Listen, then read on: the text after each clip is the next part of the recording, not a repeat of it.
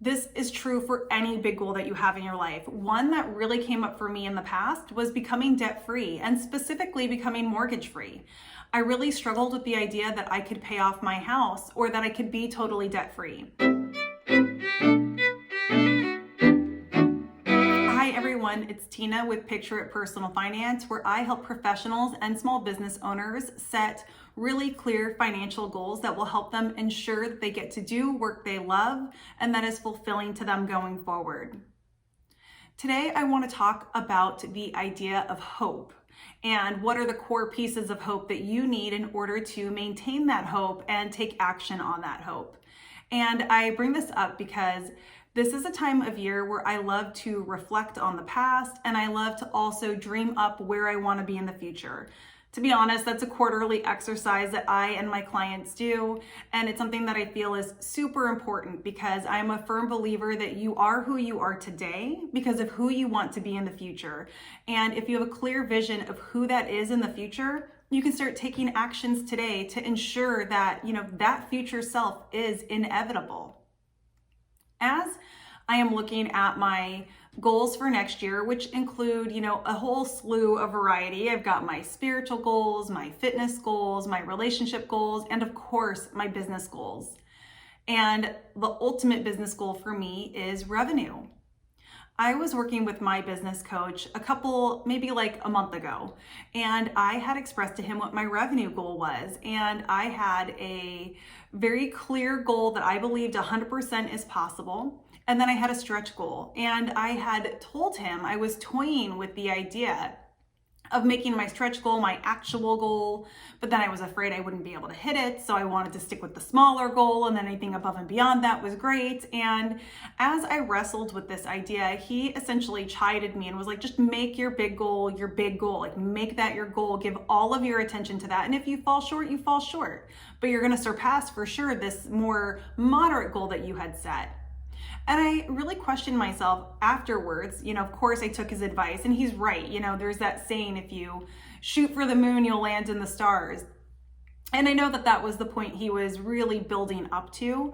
And it's something I do for myself in other areas of my life. But I feel in business, especially being a relatively new entrepreneur, I am more guarded about what I say I'm going to do because I love success. I want to have success, and the idea of achieving goals feels more palatable to me than setting goals that I don't necessarily hit.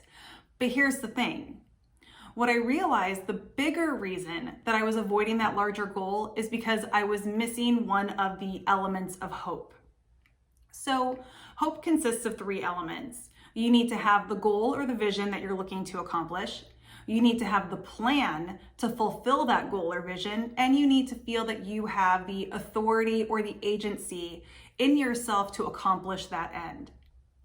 Now, when it came to the goal or the vision, sure, that's really easy for me. I've told you guys before, I love to dream up my future self. I spend a lot of time in that sort of mental space. It's sort of like my internal CEO holding up the vision for my life and for my company. And I'm also a really solid worker bee, but sometimes I struggle with creating the path. I have a difficult time translating that goal or vision occasionally into workable steps. And this was why I resisted the larger revenue goal. You see, I had a really clear path for hitting the smaller revenue goal. I knew I could hit it. It wasn't a question of if I would hit it, it was a question of when I would hit it, and if it would happen maybe a little bit faster than what I originally planned, but I knew for sure I would hit it by the end of the year. The larger revenue goal I struggled with in terms of, can I really hit that? It seemed like a bigger reach for me, and the reason I felt like it was such a reach was because I hadn't worked out the actual steps for achieving that. So if you're curious about how I ultimately solved this problem, I am going to share that in a future video. It'll either be my next one or the one after that. So if you're currently struggling with setting your own revenue goals for your business, stay tuned. That video is coming, and it's a lot more cut and dry and simple than I was making it out to be in my head, which is probably the situation for you as well. And then lastly, of course, like I said, you have to have that agency or the authority and the confidence that you are able to fulfill. And actually, confidence isn't really the right word there. It's more like that you believe you have everything within your control that you need in order to fulfill that goal. And that I also believe. Like I said, I'm a great worker bee, and once I know what I need to do, I just crack a lack. I just get at it and I stay focused on it until that thing is accomplished. Incidentally, if you struggle with staying focused on tasks or prioritizing your tasks, I have to recommend a book called Eat That Frog by Brian Tracy. I will put a link for it in the description box. That book was such a great reminder for me. It reminded me of a variety of things I used to do to manage my time that I think have just fallen by the wayside over the years. And then, being reintroduced to them. And then he also introduced me to some new ideas on how to better prioritize my work and handle my time management. I am so invigorated. So it's a 3-hour, maybe 3.5-hour long audiobook.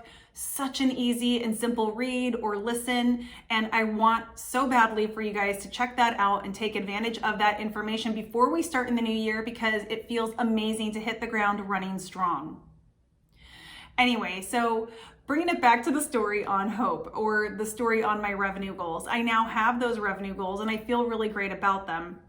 But like I said, it took me, number one, having the vision, which that one I didn't struggle with. Number two, having the plan, the pathway to accomplishing that vision. That's what I struggled with and that's what I solved for. And then number three, believing that I have the agency to fulfill that goal. Now, I want to quickly say as well that this is true for any big goal that you have in your life. One that really came up for me in the past was becoming debt-free, and specifically becoming mortgage-free. I really struggled with the idea that I could pay off my house or that I could be totally debt-free. As a matter of fact, I've mentioned this in prior videos, that is a paradigm shift that I experienced when I first started listening to Dave Ramsey. Before Dave Ramsey, I didn't believe people could be debt-free. I thought that good money management was good debt management. The two went hand in hand. Once I realized that people could be debt-free, it dawned on me that I could come up with a pathway for paying off that debt, which for me was the debt snowball. And that's how I got rid of my consumer debt.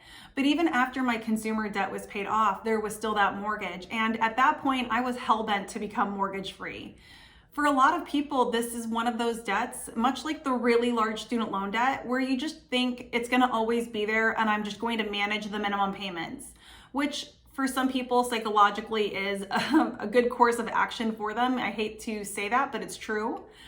However, if you feel like you are just done with that burden, there are many steps that you can take to fulfill or get mortgage free more quickly. And once I identified what those steps were, it was a game changer. And again, I just got crack-a-lacking. So again, I had finally the vision that I could be mortgage free. Then I figured out a path to get there. I figured out what were the actionable steps that I could take. And then I believed that I had the agency to fulfill that. And so becoming mortgage free was something that many people think will take 15 to 30 years. And my husband and I were able to accomplish it, I want to say, in 5 years.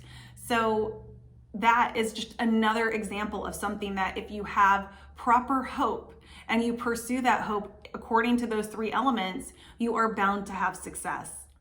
All right, guys, that is what I have for you today. If you love this content, please give it a like, please share it out. Anything that you do to engage with this content really helps my channel grow, which is something that is important to me as I want to make this conversation and just talking about money, talking about revenue goals, talking about building businesses. These things are, I think, a little bit taboo still in society, and I want them to no longer be taboo. So please engage in the conversation and enjoy it. I hope you all are having a very merry season, and I will see you in the next video. Bye.